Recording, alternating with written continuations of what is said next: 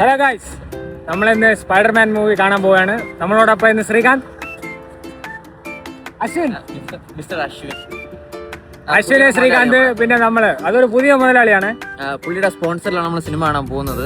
പുള്ളി ഫുൾ ചെലവും പുള്ളിയുടെ ചെലവാണ്. നമുക്ക് ഹോണ്ട സിറ്റി വണ്ടി വന്നിട്ടുണ്ട് ഗൈസ്, വണ്ടി വന്നിട്ടുണ്ട്. സിനിമ കണ്ടിട്ട് നമുക്ക് റിവ്യൂ ചെയ്യാം.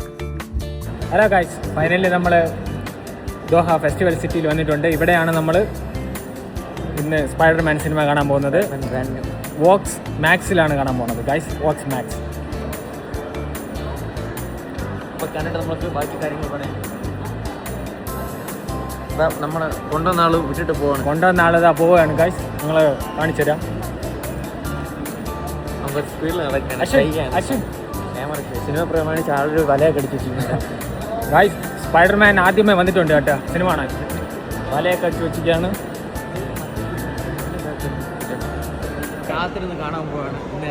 ഇന്നലെ ഇറങ്ങിയത് സിനിമ, പക്ഷെ നമുക്ക് ടിക്കറ്റ് കിട്ടാൻ കുറച്ച് ഡിലേ ആയിപ്പോയി. അപ്പോൾ ഇന്ന് നമ്മൾ മുതിർ കുറച്ച് ഡിലേ ആക്കി. അശ്വിനാണ് പുള്ളി ഡിലേ ആക്കി.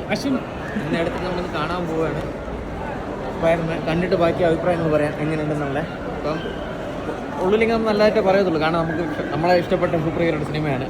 എന്നാലും പറഞ്ഞിട്ട് കാര്യമില്ല. ഇതാണ് ഇവിടെ നമ്മൾ ഫെസ്റ്റിവൽ സിറ്റിയിലാണ് വന്നിങ്ങനെ കാണാനായിട്ട്, മൂവി കാണാനായിട്ട്. ഞാൻ ഇവിടെ ഫസ്റ്റ് ടൈം വരുന്നത്. ഖത്തറിൽ കുറേ വർഷമായി, പക്ഷേ ഇവിടെ ഫസ്റ്റ് ടൈം വരുന്നത് ഇതിൻ്റെ അകത്ത്. ഗൈസ്, നമ്മൾ തിയേറ്റർ തപ്പി മടുത്തു. അവിടെ കടൽ പോലെ സ്ഥലം കിടക്കുകയാണ്. ഇതിലെവിടെയാണ് കണ്ടുപിടിക്കാനാ?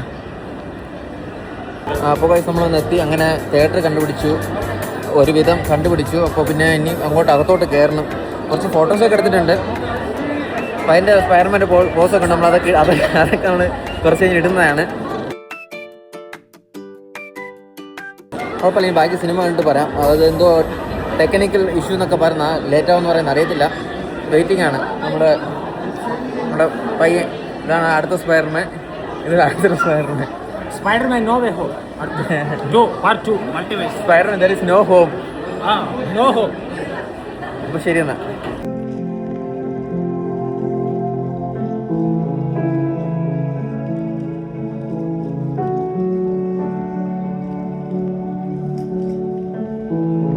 നമ്മൾ സിനിമ കണ്ട് ഇറങ്ങിയിരിക്കുന്നു. എക്സ്പീരിയൻസ് ഒരു രക്ഷയില്ല. എല്ലാവരും തിയേറ്റർ എക്സ്പീരിയൻസ് ആണ് ചെയ്യേണ്ടത്. ശ്രീകാന്ത്, നിങ്ങളുടെ അഭിപ്രായം പറയണം. നല്ല സിനിമ.